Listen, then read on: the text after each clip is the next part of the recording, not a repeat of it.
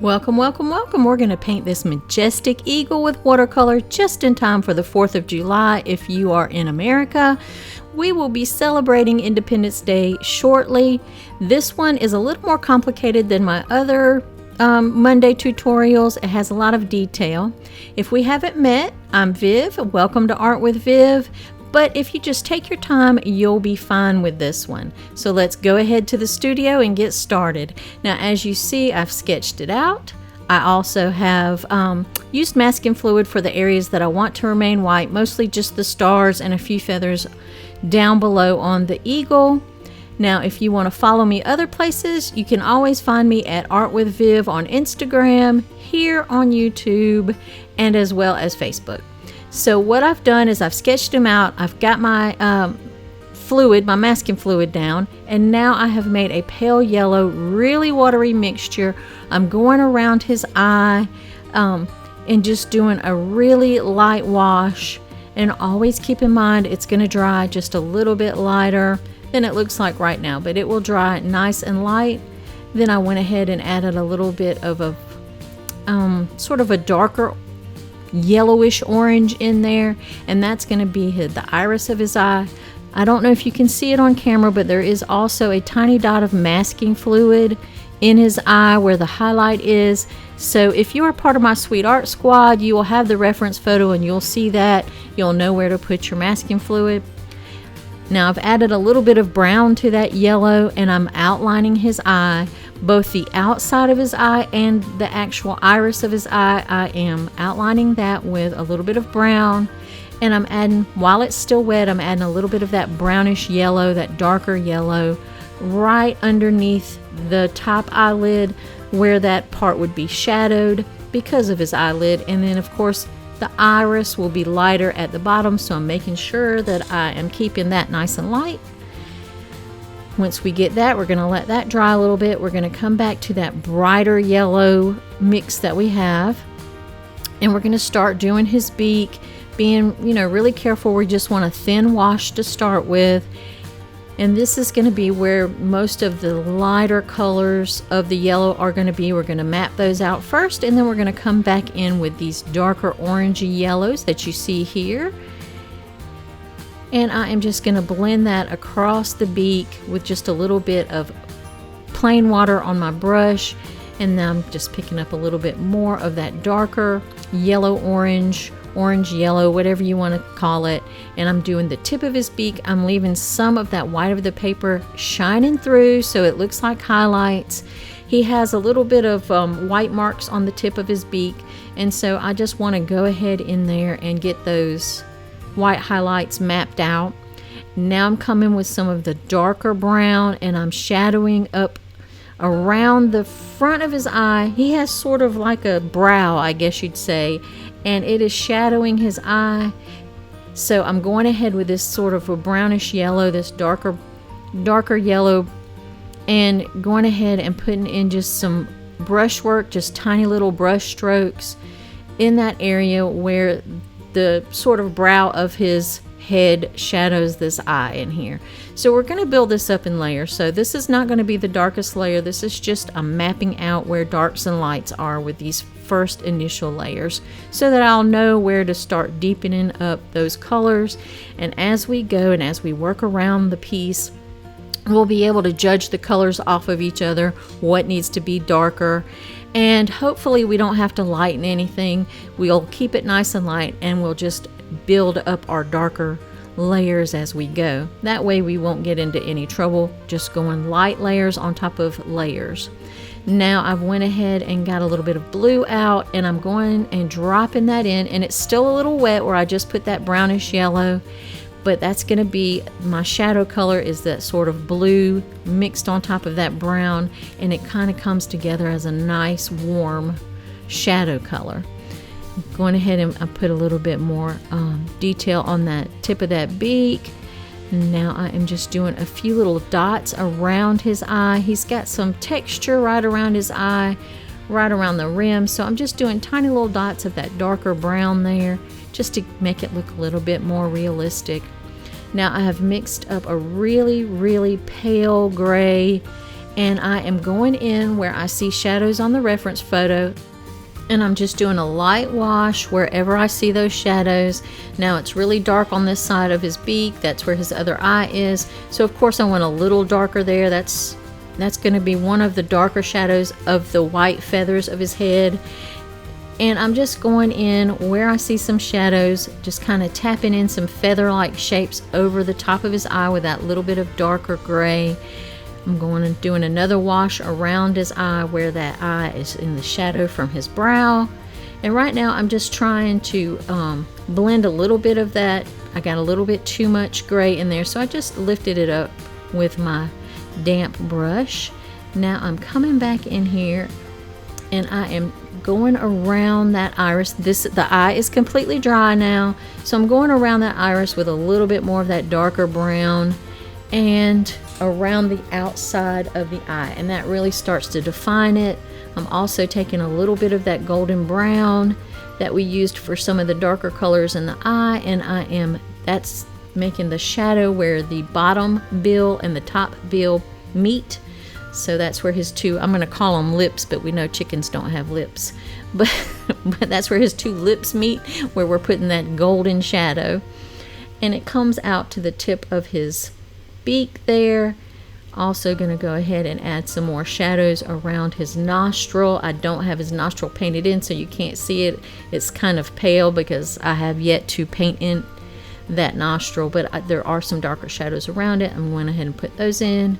Now I'm getting that nostril in there, and I'm using sort of a bluish gray mixture to get that nostril in. I don't want it to be solid black because the light is actually shining in there, and you can kind of see some darker areas and lighter areas inside that nostril, even though it's so small if you look at the reference photo. And now I am coming back into the beak. I'm adding some shadows. I painted the darker color down first, and then I'm just taking some clean water and blending that upwards and using the very tip of my brush to sort of blend that across that beak. Going to put a little bit of shadow where his chin is underneath his bottom, the very bottom part of his beak. We're going to put in a little bit darker brown and just get some of those nice shadows in there. He's already starting to develop and starting to look like an eagle. We're adding some more shadows to that beak and then around his nostril, being really careful to look at the reference photo and really notice where those lights and darks are and trying to get those correct shapes of light and dark in the correct spots. Now, if you want the reference photo, consider joining my Sweet Art Squad. It's just $5 a month. That's less than a fancy coffee. You'll get 2 to 4 mini tutorials every month. And on top of that, each mini tutorial comes with supply list, traceable outline drawing, reference photo, and mixing chart. You'll get the YouTube videos so that you can learn from those as you're watching, and I would love for you to join me. I'd love to see you on the inside. You can find out more at artwithviv.com, or I will link it below. So now we have went ahead and started to mix a really dark brown.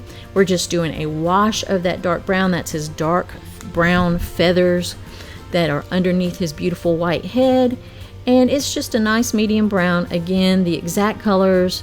If you join the Sweet Art Squad, you'll get the exact supply list with the exact colors, and I also give a mixing guide so that you'll know what colors to mix for each area.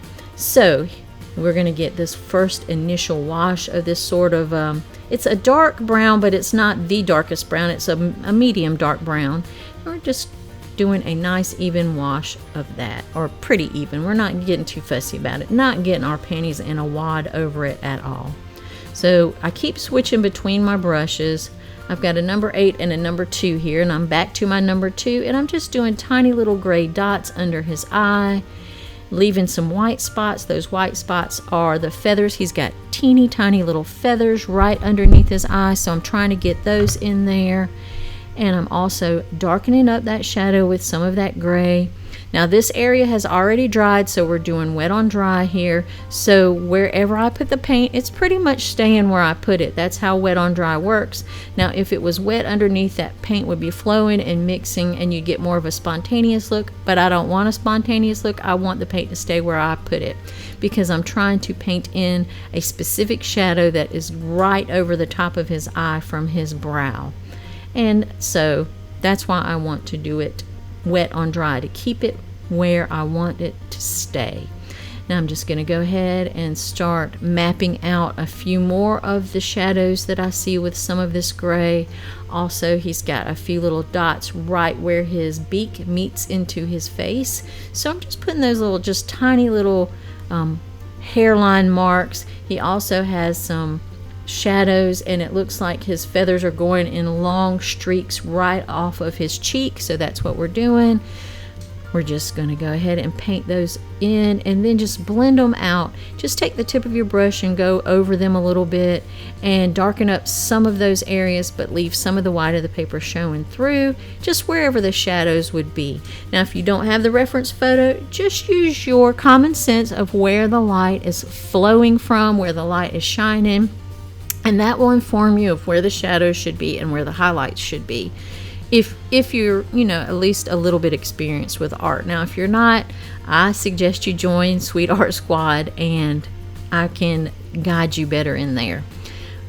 Now, I am going ahead under the chin and adding a few more darker shadows under that beak.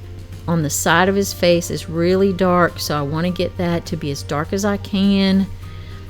That's probably one of the darkest areas of the white head. There is on that opposite side of the beak.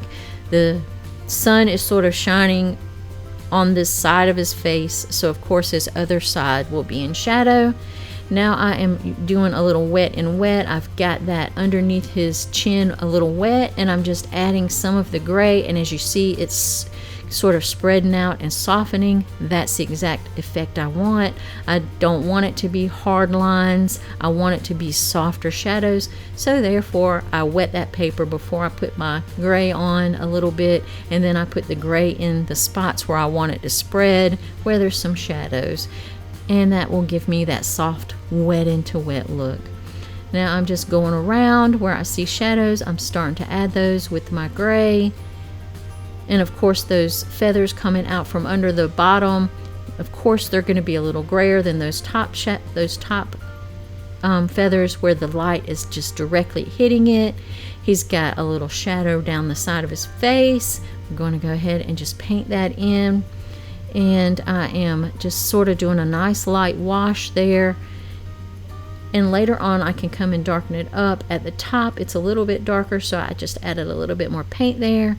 And now I'm just doing some little fine lines just to separate some of the feathers from each other so that you can see a little definition. I'm adding some darker shadows in some areas. I'm trying to work around this whole head so that it stays unified. I'm not trying to finish one particular spot at a time. I'm trying to work around the whole part of his head so that it stays, more unified looking. If I try to do one spot and just completely finish that one spot, then go to another spot, it'll look a little bit disjointed sometimes if you do that. Not always, but sometimes, and I don't want my bird to look disjointed. I want him to look like he is all one bird and not different little Frankenstein pieces of another bird. So we're just adding a few more brush strokes for feathers across his brow there, and across the top of his forehead and down to the back of his head. Again, we're darkening up that side that is away from the sun. We're keeping some really light areas on the side that the sun is hitting so that we have some nice, really bright highlights, as well as some mid-tones and some dark tones on this side as well. That's what makes it look more realistic and gives it a shape. It starts to inform the shape of the object that you're painting. That's what light does. It just sort of flows over an object, giving it the highlights and the lowlights and the dark shadows and the medium shadows, and all those combined to make an object appear three-dimensional and realistic. So that's what you want to keep in mind, where the lights and the darks are, and get those in the right spot. Try to just paint shapes. Don't think about painting feathers. Think about painting the shape that you're trying to paint, the shape of the shadow, the shape of the highlight. Don't think of it as feathers. That'll trick your brain into, doing a better job at observing. Whereas if you try to paint a feather, you're going to try to paint what you think a feather looks like and not what you're actually looking at in your reference photo. So always pay attention to the shapes, because that's what you're actually painting, the shapes and the degree of lightness or darkness of those shapes. I know that sounds a little complicated, but that is how you really want to approach any painting, drawing, is you're looking at the shapes and not the object. Because once you start trying to paint the object, your brain goes into what it already knows or what it thinks it knows about an object, and you just mess it up. You want to paint from your reference photo, not from what your brain thinks it knows about the subject. So now I'm just adding a few more shadows, some darker ones where those feathers overlap, a little bit of lighter ones where it's more in the sun, and then of course doing some feathery strokes just to indicate feathers. We're not going to paint each and every feather. That would be too much. We're not doing all that. I'm not that ambitious. Now, if you are, you go right ahead, knock yourself out, but I'm just going to suggest the shapes of the feathers and not the complete every little detail of the feathers. And I'm doing that just by adding shadows and a few brush strokes to indicate line and to indicate the direction that the feathers are laying, and some of those darker shadows just to indicate that some of the layers of feathers are on top of each other. So that's all I'm doing here. I'm not trying to paint each and every feather, just not gonna do it. Again, if you feel froggy, you jump right on that. You let me know how that works out, but we're just going to indicate feathers on my painting. And he's really starting to come out. I really like this eagle. This is probably one of my more favorite paintings that I've done recently. I don't know if it's because I'm just patriotic toward my country, but I just love eagles. I love our flag. I think it's the prettiest flag in the world. Of course I do, because I'm an American. But I'm sure everyone thinks their flag is the prettiest flag in the world. So, that just goes with being proud of where you are from and where you live. So now we are going to work on that flag, and I am just wetting those stripes, and I've switched to my largest brush, and I'm wetting them with semi-clean water. My water's not that clean. When you do this, please use clean water. Don't do as I do as I say, and use some clean water. Now I'm just mixing up a nice bright red, and then I'm also getting a little bit of a darker, more purpley red too ready. And I am just going to drop that in wet on wet. I'm going to pay attention to how that flag is flowing. And as I do that, I am going to I'm going to lift some of the red, and then where the shadows are, I'm going to drop some of the deeper red into where the shadows would be. We're going to do this all wet on wet.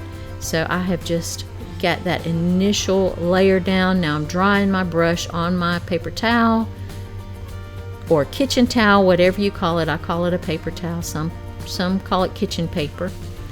So now I am just drying my brush so it's just damp, and it will pick up some of that pigment, some of that paint, so that I start having a little bit of lights and darks in that stripe. And now I'm going to my deep, more of a purpley red, and wherever I see shadows across the flag, across that stripe, that's where I'm putting that deeper red. Again, we are working wet into wet because we want those shadows to have soft edges.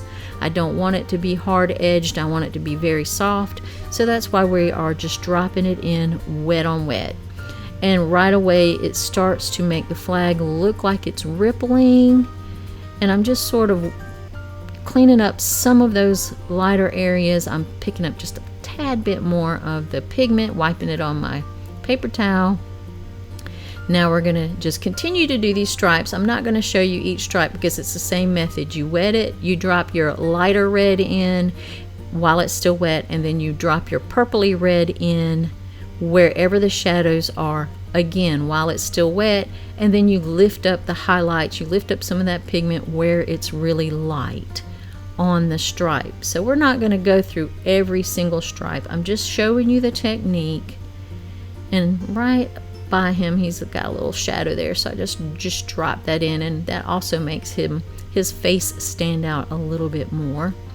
Again, I'm just going to go over it one more time. We're going to wet the stripe with clean water, not with dirty water like I'm doing. Put in that bright red first, just drop it in, and then put in the shadow all while it's still wet, wet and wet.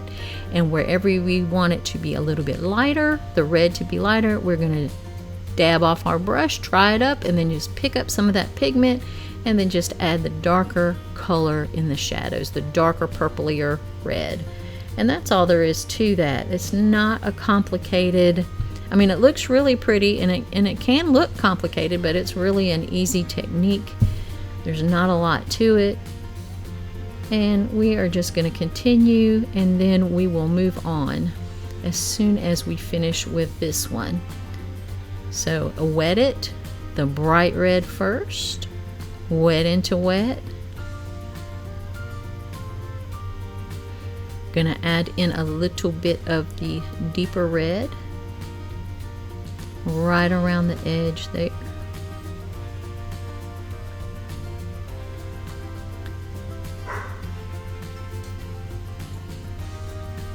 And then we lifted some of that up where we want it to be lighter. So we are going to move on. Once, I've shown you almost 3 here. I've dabbing a little up because it got in my white stripe and I didn't like that. So we just finish this, and then we will bump on over to the rest.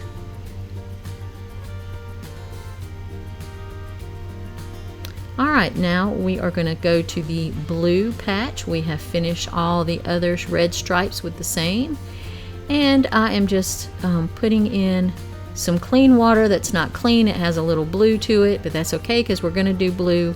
And I'm going in with a darker blue right where I see shadows on the reference photo, and I'm just, while it's still wet, just like we did the stripes, I am dropping in that darker blue right where those shadows are, and then I'm just sort of blending out some of that blue into the lighter areas so that it'll look a little, it won't look such a big change from dark to light.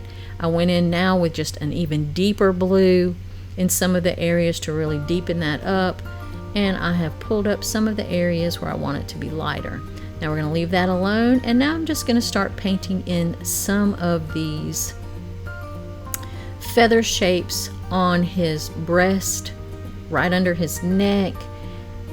It's just a really dark brown. All of this is dry, so we're doing wet on dry because I want these shapes to stay where I paint them. I don't want them to blend and bleed. We will blend over them later, but for right now I want them to stay where I can see them. And I am adding a darker shadow and then just leaving a lighter area right at the tip of the feather, and it's darker underneath, of course, where those white feathers are laying on top. And then I'm going to continue down with this same sort of well, they're diamond shapes, little diamond shapes with this darker brown, just to give the illusion of some brown feathers. Again, we are not going to paint the feathers, we're not going to paint each one of them. We are just getting the shapes in there, and we're going to let the brain do the rest. Let your brain do the rest. It will fill in what you want it to fill in if you just give it a good suggestion. So that's all I'm doing here, is just painting in sort of diamond shapes, and I'm leaving the tip end of them a little bit lighter, and of course the shadows where the feathers overlap on top of them, we're going a little bit darker there. And we're not going to, again, paint in every single feather. We're just giving some suggestions here. And as you see, I'm leaving like a white rim on the tips of the feathers, right around the tips, and then coming with a little bit darker so that it gives the illusion that these feathers are overlapping each other. That's what I'm going for. And we're just going to continue to do that, but as you see, we're getting a little bit looser and looser with the shapes. because we've already pretty much established with those first shapes what this is. And like I said, our brain will take over and do the rest. And that's all you can ever ask for. So we let that dry just a teeny tiny bit, and once we do, we are going to come and do like a little wash over it. Right now I'm going with a really deep brown to really darken up those shadows. It gives it a lot of contrast and makes your painting a lot more interesting when you have a lot of contrast in either the color scheme or the lightness and darkness of your objects. Really, really, really does. So we're just going in there with some really dark brown and starting to give it some really deep shadows.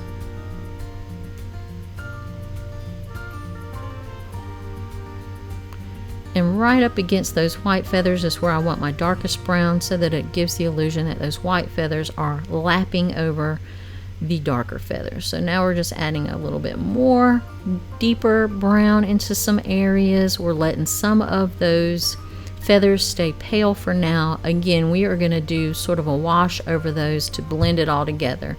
Just not yet. We're going to just continue on with some of that darker brown onto his little shoulder here. Again, we want that darkest brown up there against those white feathers where they're overlapping onto the brown feathers. And that really makes them stand out a bit. Now I'm just painting the lines that go down the centers of those feathers that we can see, adding a little bit more color to some of the darker areas. And we're going to let that alone just for a second. We're going to let it dry, and we are going to come back into this beak. Now that we've got most of the bird done, we can see where we need to go darker. We can judge those colors, those values actually, how light or dark they are against each other, and see where we need to go darker in the beak and on the head. And that's what we're going to practice on now. We are just going to start adding in some deeper colors, some deeper shadows, so that he looks a little more realistic. And now that we have like our main washes and our main shadows down, we'll know where we need to go darker, where we need to go lighter. And I'm just adding a little bit more brown to that bottom. Now for the white stripes, I have mixed up a really pale blue gray. It's the same exact technique that we used with the red stripes. We are wetting the stripe. We are putting in the dark blue gray, or the blue gray that we've mixed up for the shadow, and then we're just lifting out some of that. The reason I went with the gray for the white stripes is because I wanted the white of the eagle's head to stand out. So I didn't want it to compete with those white stripes in the back. So I mixed up a really pale gray to be that color for the white stripes. Your eye still reads it as white, but it lets that eagle really stand out from the background, and the eagle's white feathers don't get lost in the white stripes of the flag. So that's just a really, really pale bluish gray. Again, we are just wetting down the stripes, dropping in where the shadows are, and lifting up where we want it to be lighter. And you can tell that it really makes that white of that eagle stand out to have those gray stripes instead of pure white. Now I'm just going around the outer edge with some of that darker blue of that corner of this where the stars are, and then I'm just blending that out. And I'm coming around some of the stars. I'm getting a little bit of the blue on the stars. I've removed the masking fluid, and I'm getting a little bit of blue on the stars so that the stars are not stark white either. And I'm just darkening up where the shadows are. We're almost finished. It's looking pretty good. And again, we're just going into where it's darker while it's still wet so that it'll be nice and blendable. Get a little bit of blue on those stars so that they're not stark white. You don't want those to compete too much with the eagle either. And then we're just going to add a few little details here and there, some more shadows, and a few little smaller shadows so that we can define some more of the areas, like where his chin meets his chest and things like that. We're just adding detail shadows now. We're getting to the the finish line here, and I'm really pleased with this one. I really like it. Hopefully you could do this. This would make a great July 4th card if you wanted to do something like that. It's just a really pretty painting to me, so it's one of my favorites. Now I've got my white gouache out, and I am just going to add a few little feather lines right around his eye just to lighten up some of those areas, on the tip of his beak, and some of the highlighted areas across his beak, and then across some of those feathers under his chin. We don't want to get too wild with the white, just a few here and there. We're just going to touch that white over it just to brighten up a few of those areas. Now this is optional, you don't have to do this because the eagle looks fine without it. I am just doing it because I cannot stop messing with stuff. So now again, this is just optional, but I'm just putting in a little bit of highlights here and there where I feel like it needs it. Again, this is totally up to you if you want to do this part. I'm just taking that white gouache and just doing little small strokes here and there just to lighten up some of those areas. And I think we are getting toward the end, just adding a little bit of shadow there, and there you go. You have a beautiful American eagle in front of American flag just in time for the 4th of July. If you know someone that would like this, please share it with a friend. Give me a thumbs up. Comment what you might want me to see me paint below. And subscribe if you haven't subbed up. Come on, guys.